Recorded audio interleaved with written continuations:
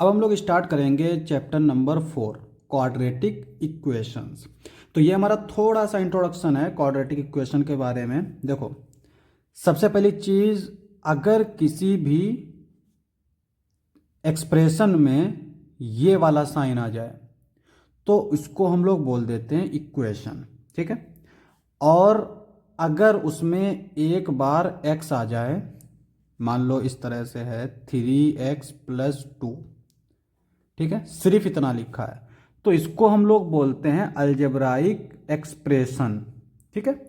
और अगर इसी में कहीं पर इक्वल वाला साइन आ जाए तो इसको हम लोग बोलते हैं इक्वेशन। फर्क समझ में आया? अलजेब्राइक एक्सप्रेशन में इक्वल वाला साइन नहीं होता है, जब इक्वल वाला साइन आ जाता है तो इक्वेशन बन जाता है। अब ये जो इक्वेशन है ये लीनियर इक्वेशन है, क्योंकि इसकी जो डिग्री है, डिग्री मतलब x की जो पावर है वो है 1, ठीक है।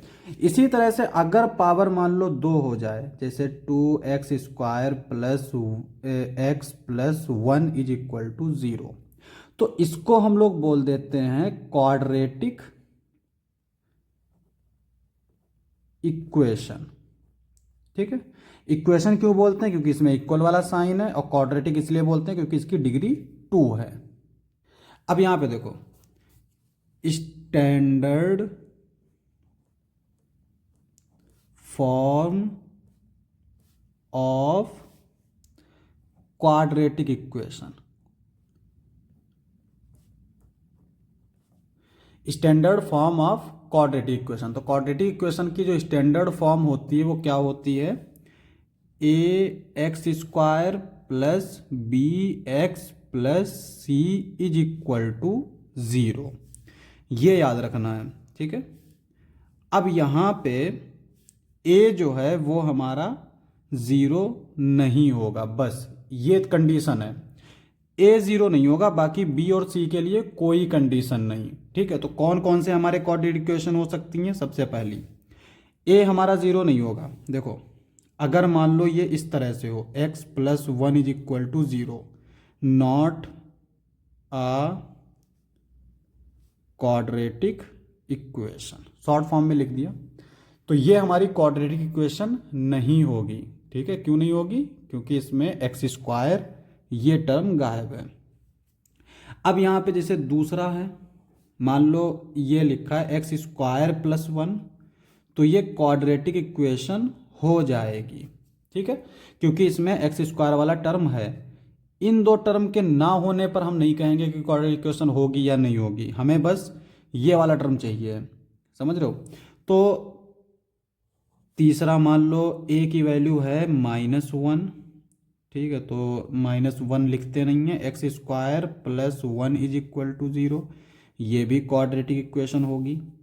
इसी तरह से अब यहाँ पे एक चीज़ देखो, जैसे ये हमने जो लिखा था x² plus 1 is equal to 0, अब हमसे अगर कहे कि इसको स्टैंडर्ड फॉर्म में लिखो, तो स्टैंडर्ड फॉर्म क्या होती है? ये होती है। तो इसको हम लोग कैसे लिख सकते हैं? x² प्लस, यहाँ पर x भी होता है पर यहाँ पर x गायब है, तो हम लोग क्या कर सकते हैं? 0 into x plus 1 is equal to 0, ठीक है, ये हम लोग लिखेंगे। अब यहाँ पे ये एक साइन दिख रहा है ना, इम्प्लाइज वाला, तो अगर एक इक्वेशन का कुछ सिंप्लीफिकेशन करके हम उसी इक्वेशन को लिख रहे हैं तो ये इम्प्लीकेशन वाला साइन बनेगा। देखो, ये इक्वेशन थी, अगर हम यहाँ पे इक्वल वाला साइन लगाएंगे तो गलत होगा। हमें यही इक्वेशन को इस फॉर्म में लिखा है तो इम्प्लीकेशन वाला फॉर्म लगेगा। तो ये चीज़ हम लोग याद रखेंगे कब कैसे लगता है, ये गलती बहुत करते हैं बच्चे। तो ये सारी हमारी क्या है? क्वाड्रेटिक इक्वेशन है। तो क्वाड्रेटिक इक्वेशन में ज़रूरी थोड़ी कि 2 ही टर्म हो, 3 टर्म भी हो सकते हैं। x² plus 2x plus 1 is equal to 0, ये भी हमारी क्वाड्रेटिक इक्वेशन होगी। तो ये सारी हमारी क्या होंगी? Quadratic equation. अब इसी पर जो एक्सरसाइज हमारी 4.1 है, उसका क्वेश्चन नंबर 1 वो इसी पे दे रखा है। क्या कह रहा है? Check whether the following are quadratic equations. तो यहाँ पे हमें चेक करना है कि ये क्वाड्रेटिक इक्वेशन है या फिर नहीं है। अब समझो, मान लो कि अगर हमारी कोई इक्वेशन लिख रखी है 3x + 1 इज इक्वल टू 0, तो क्या ये क्वाड्रेटिक इक्वेशन है? क्वाड्रेटिक इक्वेशन नहीं है, क्योंकि इसमें एक्स स्क्वायर वाला टर्म नहीं है। अब हम क्या करते हैं कि दोनों तरफ एक्स स्क्वायर जोड़ देते हैं, तो इधर भी एक्स स्क्वायर जोड़ देते हैं और इधर भी एक्स स्क्वायर जोड़ देते हैं। तो क्या अब ये क्वाड्रेटिक इक्वेशन हो जाएगी? तो यहाँ पे देखने में तो लग रहा है कि ये हो जाएगी, लेकिन ये अब भी क्वाड्रेटिक इक्वेशन नहीं है, क्योंकि क्वाड्रेटिक इक्वेशन की जो स्टैंडर्ड फॉर्म होती है वो होती है A x square plus B x plus C is equal to zero. तो हम लोग अगर कहीं पे पावर 2 है या पावर 3 है या पावर 4 है, सिर्फ पावर देख के हम डिसाइड नहीं कर सकते कि ये क्वाड्रेटिक इक्वेशन है या फिर नहीं है। तो उसको हम क्या करेंगे, पहले सिंप्लीफाई करेंगे, इस फॉर्म में लिखेंगे, उसके बाद में हम लोग कहेंगे कि ये क्वाड्रेटिक इक्वेशन है या फिर नहीं है। ठीक है, तो देखो पहले वाले से क्या दे रखा है, यहां से लिखते हैं x प्लस 1 का होल स्क्वायर। तो x प्लस 1 का होल स्क्वायर खोल देते हैं, a प्लस बी का होल स्क्वायर वाला फार्मूला लगा देते हैं। तो a square plus B square plus 2ab is equal to 2 को अंदर मल्टीप्लाई कर देंगे तो ये आ जाएगा 2x माइनस 2 3 जा 6। ठीक है, अब यहां पे देखो ये 2x है, ये 2x है, कैंसिल आउट कर दो। इस लेफ्ट वाले टर्म को, सॉरी राइट वाले टर्म को लेफ्ट में ले आओ, तो ये हो जाएगा एक्स स्क्वायर प्लस 1 और ये आ जाएगा प्लस 6 इज इक्वल टू 0। तो ये इंप्लाई करेगा x square plus 7 is equal to 0। तो इसका मतलब क्या है, ये हमारी क्वाड्रेटिक इक्वेशन है। ठीक है, अब आते हैं हम लोग सेकंड वाले पे। अच्छा, यहाँ पे हम लोग ऐसे भी देख सकते हैं कि स्क्वायर इधर लगा है, सिर्फ इधर नहीं लगा है। इसका मतलब यहाँ पर ये जो स्क्वायर है ये x के ऊपर कहीं ना कहीं जाएगा, तो ये जो x स्क्वायर होगा वो कैंसिल तो हो नहीं सकता क्योंकि एक ही x स्क्वायर आएगा। तो इसका मतलब ये क्वाड्रेटिक इक्वेशन हो जाएगा। सिमिलरली यहाँ पे देखो ये x स्क्वायर है, ठीक है, ये 2x है। अब यहाँ पर देखो यहाँ पे -2 है, ये x है, इधर भी इसके अलावा इधर भी कोई एक्स स्क्वायर नहीं है और इधर भी कोई एक्स स्क्वायर नहीं है। इसका मतलब ये भी क्वाड्रेटिक इक्वेशन हो जाएगी। हम लोग सॉल्व भी करेंगे लेकिन हम लोग एक थोड़ा सा सोच भी देख भी लेते हैं। अब यहाँ पे देखो इसको इससे मल्टीप्लाई करेंगे एक्स स्क्वायर, इसको इससे मल्टीप्लाई करेंगे एक्स स्क्वायर, तो 2x स्क्वायर मिल गया। इसका मतलब हम यहाँ पे डिसाइड नहीं कर सकते कि ये क्वाड्रेटिक होगा या फिर नहीं होगा।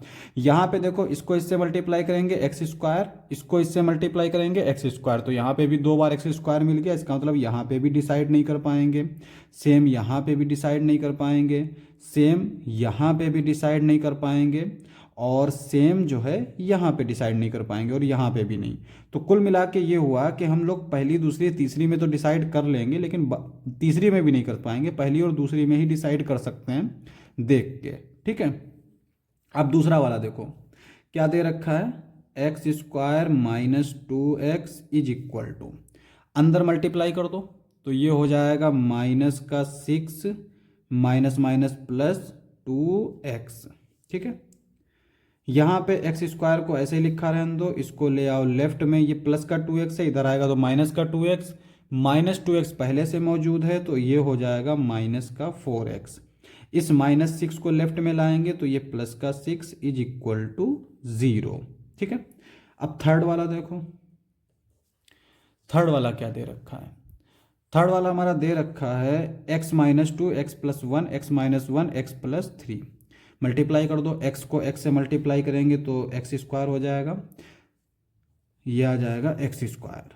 इसको इससे मल्टीप्लाई करेंगे तो प्लस का x, इसको इससे मल्टीप्लाई करेंगे तो माइनस का 2x, और इसको इससे मल्टीप्लाई करेंगे तो माइनस का 2 इज इक्वल टू।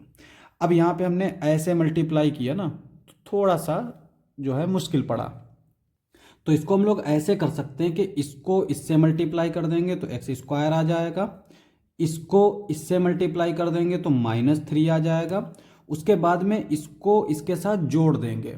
समझ गए, पहले मल्टीप्लाई करेंगे दोनों को सामने सामने से, ठीक है, उसके बाद में जो नंबर हैं उनको जोड़ देंगे, तो -1 है, ये +3 है, तो 3 में से 1 गया 2x। ऐसे भी मल्टीप्लाई कर लेते हैं। ठीक है, थोड़ा ये शॉर्टकट तरीका है। अब यहाँ पे ये एक्स स्क्वायर है, सेम इधर एक्स स्क्वायर है, कैंसिल आउट। यहाँ पे बाकी क्या बचेगा? अब देखो एक्स स्क्वायर वाला टर्म तो हमारा कैंसिल हो गया, तो हम डायरेक्ट कह देंगे कि ये क्वाड्रेटिक इक्वेशन नहीं है, क्योंकि इसके अलावा कोई एक्स स्क्वायर का टर्म तो अब रहा नहीं। ठीक है, तो ये क्वाड्रेटिक इक्वेशन नहीं है। अब आते हैं हम लोग फोर्थ वाले पे। तो फोर्थ वाला देखो, वही तरीका, इसको इससे मल्टीप्लाई कर दो तो 2x², इसको इससे मल्टीप्लाई कर दो -3, इन दोनों को जोड़ दो तो -3 में +1 करेंगे तो -2x is equal to same चीज x² + 5x। अब x² वाला टर्म इधर आ जाएगा तो ये 2x² और एक ये आएगा तो -x², 5x इधर आ जाएगा तो -5x, एक हमारा -2x पहले से मौजूद है, और फिर ये -3 इज इक्वल टू 0। 2 में से 1 जाएगा तो x² बचेगा, 1x² बचेगा, लेकिन 1 हम लोग नहीं लिखते साथ में, तो सिर्फ x² लिख देंगे। और यहाँ पे ये जो -5 है ये -2x है, तो ये हो जाएगा -7x -3 इज इक्वल टू 0। ठीक है, तो ये हमारा हो गया फोर्थ वाला। तो फोर्थ वाला हमारा क्या होगा? क्वाड्रेटिक इक्वेशन हो जाएगा। ठीक है, फिफ्थ वाला देखो, वही चीज़, इसको इससे मल्टीप्लाई कर दिया 2x², फिर हमने जोड़ दिया तो -1 -3 को जब दोनों को जोड़ेंगे तो -4x आ जाएगा, फिर इनको मल्टीप्लाई कर दिया तो माइनस माइनस प्लस हो जाएगा और 3 × 1 = 3। इसको इससे मल्टीप्लाई किया x², इन दोनों को जोड़ दिया, 5 में से 1 गया 4x, इन दोनों को मल्टीप्लाई कर दिया तो -5। अब सेम ऊपर की तरह x² वाले टर्म को इधर ले आओ, 4x को ले आओ, 5 को ले आओ, तो ये आएगा 2x² -x², ये -4x पहले से है, ये -4x हो जाएगा, ये +3 पहले से है, ये +5 हो जाएगा इज इक्वल टू 0। ठीक है, 2 में से 1 गया तो 1 बचेगा तो x² लिख दो, -4 -8x, 5 + 3 8 इज इक्वल टू 0। तो ये भी हमारा क्वाड्रेटिक इक्वेशन हो जाएगा। सिक्स्थ वाला देखो, x² + 3x + 1, इधर भी खोल दो तो a - b का whole square, a² + b² - 2ab, तो यानी 4x। ठीक है, 2ab। अब यहाँ पे देखो, ये x² कैंसिल, अब x² वाला कोई टर्म बचा नहीं बचा, तो इसका मतलब ये हमारा क्वाड्रेटिक इक्वेशन नहीं होगा। सेवेंथ वाला देखो क्या दे रखा है, x + 2 का होल क्यूब, तो हम लोग क्या करेंगे, a³ + b³ वाला फार्मूला लगा देंगे, a + b का होल क्यूब वाला। तो क्या होता है वो formula, a³ + b³ + 3ab, a है x, b है 2, ब्रैकेट में a + b is equal to, इनको मल्टीप्लाई कर देंगे अंदर तो ये आ जाएगा 2x³, 2x को x² से मल्टीप्लाई करेंगे 2x³ - 2x। अब यहाँ पे एक चीज देखो, ये x³ है, ये 2x³ है, तो अगर हम इसको इधर लेकर आएंगे तो x³ में से 2x³ चला जाएगा, बाकी के टर्म रहेंगे, x³ भी साथ में रह जाएगा ना, -2x³। तो इसका मतलब ये हुआ कि ये भी हमारा क्वाड्रेटिक इक्वेशन नहीं होगा, क्योंकि स्टैंडर्ड फॉर्म जो है क्वाड्रेटिक इक्वेशन का, उसमें x³ नहीं आता है, उसमें x² ही आता है। मतलब ये होता है कि उसकी डिग्री जो इक्वेशन है ना, उसकी डिग्री मैक्सिमम 2 होनी चाहिए, तभी हमारा क्वाड्रेटिक इक्वेशन होगा। तो यहाँ पे अगर चाहो तो सिंप्लीफाई करके लिख लो, लेकिन अगर हम डायरेक्ट लिख देते हैं नो, क्योंकि हमसे वही चीज़ पूछ रहा है, तो ये हमारा नहीं होगा। ठीक है, 8th वाला देखो, x³ -4x² -x + 1, यहाँ पे फार्मूला लगा दो, a³ - b³ -3ab, a - b। ठीक है, ये वाला आ जाएगा। अब यहाँ पे इसको ऐसे ही लिखा रहने दो, या फिर काट देते तो सही रहता, चलो ठीक है, x³ टू की पावर थ्री का मतलब क्या होता है, टू इंटू थ्री। पावर का मतलब होता है उसी नंबर को उतनी बार मल्टीप्लाई कर दो। टू की पावर थ्री मतलब टू को 3 बार मल्टीप्लाई कर दो। तो क्या आएगा, 8 माइनस थ्री टू जा 6x, x माइनस टू। ठीक है, अब यहाँ पे एक्स क्यूब से एक्स क्यूब कैंसिल आउट, और सॉरी ये स्क्वायर है, ये एक्स क्यूब से एक्स क्यूब कैंसिल आउट, तो ये बचेगा माइनस का 4x² minus x plus one is equal to -8। इसको अंदर मल्टीप्लाई कर देंगे, -6x², इसको इससे तो प्लस का 12x। ठीक है, अब सारे टर्म को लेफ्ट में ले आओ, तो ये हमारा है -4x पहले से, ये आ जाएगा इधर तो ये प्लस का 6x² हो जाएगा। ये हमारा माइनस का x है और इसको इधर ले आएंगे तो ये माइनस का 12x हो जाएगा।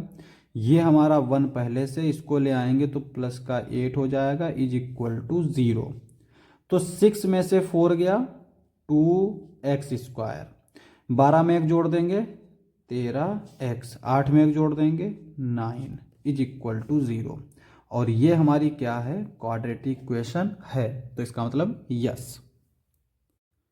अब हम करेंगे क्वेश्चन नंबर 2। तो क्वेश्चन नंबर 2 क्या कहता है, represent the following situations in the form of quadratic equations. तो यहाँ पे जो सिचुएशन दे रखी है इनको हमें क्वाड्रेटिक इक्वेशन की फॉर्म में लिखना है। तो पहला क्या दे रखा है, the area of rectangular plot is 528 metre square.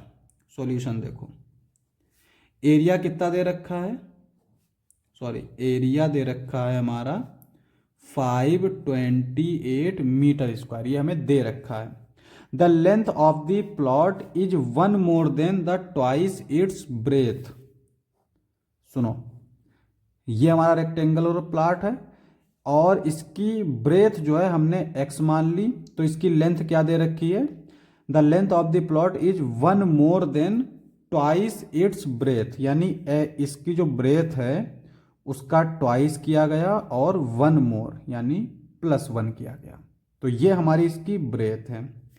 We need to find the length and breadth of the plot. तो हमें इसकी लेंथ और ब्रेथ फाइंड करनी है। समझो, हमसे जो क्वेश्चन में कह रहा है वो कह रहा है कि क्वाड्रेटिक इक्वेशन फॉर्म करो। यहाँ पे हमसे कह रहा है कि इसकी लेंथ और ब्रेथ फाइंड करो। तो वो ये नहीं कह रहा है कि हमें इसकी x की वैल्यू निकाल के दो, वो दरअसल कह रहा है कि हमें बताओ कि x की वैल्यू कैसे निकाल सकते हैं।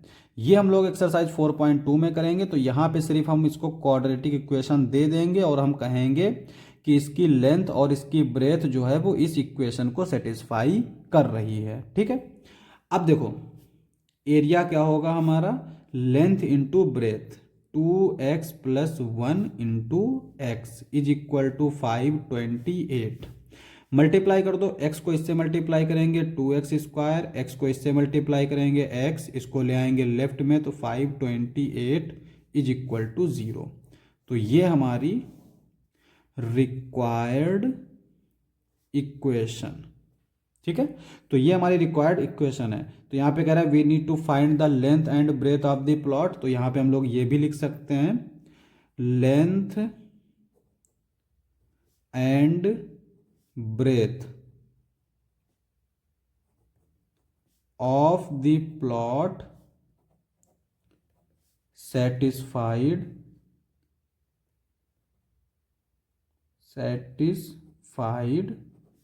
इक्वेशन 1, इसको हम लोग 1 मान लेते हैं। तो यहाँ पे लेंथ और ब्रेथ जो है वो इस इक्वेशन 1 को सेटिस्फाई करेगी। ठीक है, अब सेकंड पार्ट देखते हैं। सेकंड पार्ट क्या दे रखा है, the product of two consecutive positive integers is 306, we need to find the integers. तो यहाँ पे कह रहा है कि दो कंज्यूगेटिव इंटीजर्स, कंज्यूगेटिव का मतलब लगातार, मतलब ये कि अगर मान लो 2 है तो इसका कंज्यूगेटिव इंटीजर होगा 3। जैसे मान लो ले लिया हमने 257, तो लगातार इसका पहला या इसका बाद वाला, तो ये 8 या फिर 256, तो ये तीनों कंज्यूगेटिव हैं। तो यहाँ पे हम लोग मान लेते हैं let a number is equal to x, तो हमने उसको एक्स मान लिया। तो नेक्स्ट नंबर क्या हो जाएगा, next number is equal to x plus one. इसमें जस्ट ए वन ऐड कर दो तो नेक्स्ट नंबर मिल जाएगा। We need to find the integer, और हमसे क्या कह रहा है, इनका प्रोडक्ट। तो according to question x plus one is equal to 306। अब यहाँ पे मल्टीप्लाई कर दो तो एक्स स्क्वायर हो जाएगा, इसको इससे मल्टीप्लाई करेंगे एक्स और इज इक्वल टू 306। इसको ले आओ लेफ्ट में, x square plus x minus 306 is equal to 0, और ये हमारा आंसर हो जाएगा। अब हम लोग करते हैं नेक्स्ट। तो हमें जो नेक्स्ट दे रखा है वो है थर्ड पार्ट। क्या दे रखा है, देखो पढ़ो। Rohan's mother is 26 years older than him. तो यहाँ पे कह रहा है कि रोहन की जो माँ है वो 26 ईयर ओल्डर देन हिम, यानी 26 साल बड़ी है उससे। किससे, रोहन से।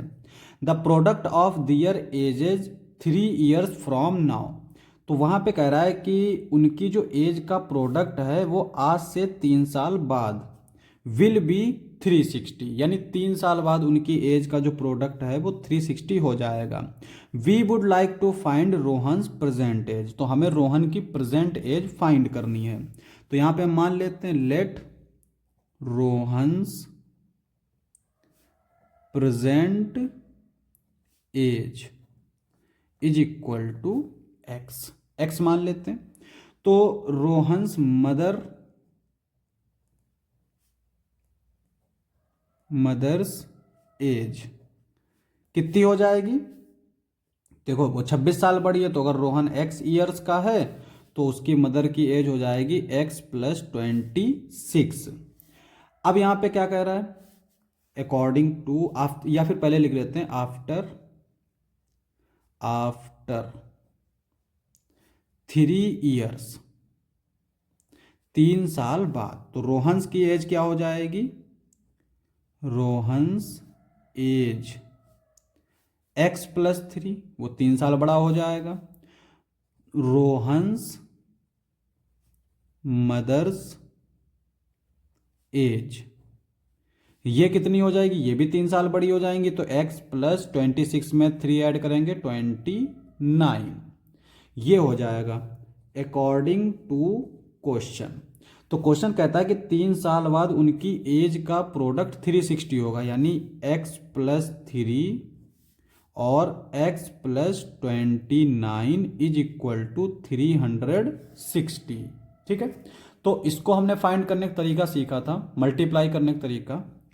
इसको इससे मल्टीप्लाई कर दो एक्स स्क्वायर, इन दोनों को जोड़ दो, 29 में 3 ऐड करेंगे 32x, जब जोड़ेंगे तो x साथ में रखेंगे और फिर इन दोनों को मल्टीप्लाई कर दो। तो 3 को 29 से मल्टीप्लाई कर देंगे इज इक्वल टू 360। ठीक है, x square plus 32x multiply कर देते हैं, 3 9 जा 27, 27 का 7, 2 बचेगा, 3 2 जा 6, 6 प्लस 2 8, 87। इसको ले आते हैं लेफ्ट में, 360 इज इक्वल टू 0। अब यहाँ पे एक्स स्क्वायर प्लस 32x, ये प्लस का नंबर है, ये माइनस का नंबर है, इसका मतलब सब्ट्रैक्शन होगा। और साइन बड़े नंबर का आएगा तो बड़ा नंबर है 360, तो इसका मतलब माइनस का कुछ भी आएगा। तो फिर हम लोग सब्ट्रैक्ट कर लेते हैं 360 में से 87 को। तो यहाँ पे 0 है, ये 1 कैरी करेगा तो ये हो जाएगा 10, 10 में से 7 गया 3। इसने 1 यहाँ पे कैरी कर लिया था तो यहाँ पे बचा 5, 5 में से 8 जाएगा नहीं, तो 5 यहाँ से 1 कैरी करेगा 15 हो जाएगा, 15 में से 8 जाएगा तो ये बचेगा 7, और यहाँ पे इसने इसको 1 दे दिया तो बचा 2, तो 273 इज इक्वल टू 0, ये हमारा आंसर हो जाएगा। देखो यहाँ पे ये हमारा क्या आंसर हुआ, ये हमें क्वाड्रेटिक इक्वेशन फाइंड करनी थी तो वही हमने फाइंड कर ली। ठीक है, अब देखो अगर एग्ज़ाम में ये चीज़ मेंशन नहीं करी, मान लो यही क्वेश्चन एज इट इज आ जाए और आगे हमसे कह रहे हैं we would like to find Rohan's present age, और हमारा क्वेश्चन थोड़ा सा 3 नंबर का हो तो हमें फिर इसको सॉल्व भी करना होगा, वहाँ पे x की वैल्यू भी निकालनी होगी, यानी x की वैल्यू उसको हमें बतानी पड़ेगी सॉल्व करके, ठीक है। लेकिन यहाँ पे हमें सॉल्व करने की ज़रूरत नहीं है। अब हम लोग करते हैं नेक्स्ट पार्ट, यानी फोर्थ पार्ट। तो फोर्थ पार्ट हमारा क्या है, अ train travels a distance of 480 kilometre at a uniform speed. Uniform speed मतलब चेंज नहीं हो रही, यानी 480 किलोमीटर की ही स्पीड से चल रही है। If the speed had been 8 kilometre per hour less, यानी जो स्पीड है वो 8 किलोमीटर पर आवर कम हो गई। 480 था, 8 किलोमीटर कम कर देंगे तो कितना बचेगा, 472। Then it would have taken 3 hours more to cover the same distance. We need to find the speed of the train. तो यहाँ पे इन्हें स्पीड फाइंड करनी है ट्रेन की। तो ट्रेन की स्पीड को जो चीज़ फाइंड करनी होती है उसी को हम लोग एक्स मान लेते हैं। अब यहाँ पे हम लोग एक फार्मूले का इस्तेमाल करेंगे। फार्मूला क्या है, फार्मूला होता है speed is equal to distance upon time, ये वाला हमारा फार्मूला होता है। अब यहाँ पे कह रहा है we need to find the speed of the train. तो यहाँ पे हम लोग स्पीड को मान लेते हैं let speed is equal to x, ठीक है। तो शुरू की बात कर रहे हैं, इनिशियल में, इनिशियल एक ट्रेन है जो इतनी डिस्टेंस उसको कवर करनी है, ठीक है। तो मान लेते हैं कि शुरुआत में इसकी स्पीड कितनी थी, एक्स, एक्स स्पीड थी, और डिस्टेंस कितनी कवर करनी है, 480, और मान लो इसको टाइम लगने वाला था टी। तो इसको हम लोग कैसे लिख सकते हैं, इसको क्रॉस मल्टीप्लाई कर दो, x t is equal to 480। अब यहाँ पे बुक में जो है इसको जो है यू माना है, तो बात कुछ भी नहीं है, वेरिएबल हमारा कोई भी हो सकता है, x y z u v कुछ भी हो सकता है, ठीक है। तो एक्स हम लोग यहाँ पे मान रहे हैं क्योंकि हम लोग एक्स लेकर चल रहे हैं शुरू से, तो हम लोग इसीलिए एक्स मान रहे हैं। तो ये चीज़ समझ आई, speed is equal to distance upon time, ठीक है। ये इनिशियल कंडीशन में। आफ्टर डिक्रीज स्पीड, तो फिर जो है स्पीड को कम कर दिया गया। कितना कम किया गया, 8 किलोमीटर पर आवर। तो पहले थी x और अब हो गई x माइनस 8, ठीक है, लेस कर दिया गया, इज इक्वल टू डिस्टेंस तो उतना ही रहेगा, कवर तो उतना ही करना है डिस्टेंस, तो यानी ये रहेगा 480। अब यहाँ पे कह रहा है कि would have taken 3 hours more to cover the same distance. इसका मतलब जो टाइम होगा वो t+3 हो जाएगा क्योंकि ज़्यादा टाइम लग जाएगा। तो ये इंप्लाई करेगा x minus 8 t+3 is equal to 480, ये आ जाएगा। अब यहाँ पे हम लोग इसको मल्टीप्लाई कर लेते हैं, तो इसको इससे मल्टीप्लाई करेंगे, इसको इससे मल्टीप्लाई करेंगे xt, इसको इससे मल्टीप्लाई करेंगे 8t, फिर इसको इससे मल्टीप्लाई करेंगे 3x, फिर इसको इससे मल्टीप्लाई करेंगे 24 इज इक्वल टू 480, ठीक है। अब यहाँ पे देखो हम इसका इस्तेमाल करेंगे 2 बार। पहले t की वैल्यू क्या है, 480 अपॉन x। तो पहले हम लोग एक्स टी की जगह पर क्या रख देंगे, 480, और इसको हम लोग मान लेते हैं इक्वेशन 1। एक्स टी की जगह पर क्या रख देंगे, 480 माइनस 8 को ऐसे ही लिखा रहने दो, टी की जगह पर रख देंगे 480 upon x plus 3x minus 24 is equal to 480, ठीक है। समझो ये हमने कैंसिल कर दिया। अब यहाँ पे देखो, यहाँ पे नीचे x है और हमें x को कभी नीचे नहीं रखना है, तो हम क्या करेंगे, पूरी इक्वेशन में x से मल्टीप्लाई कर देंगे। तो सब पहले तो हम लोग इसको थोड़ा सा सिंप्लीफाई कर लेते हैं।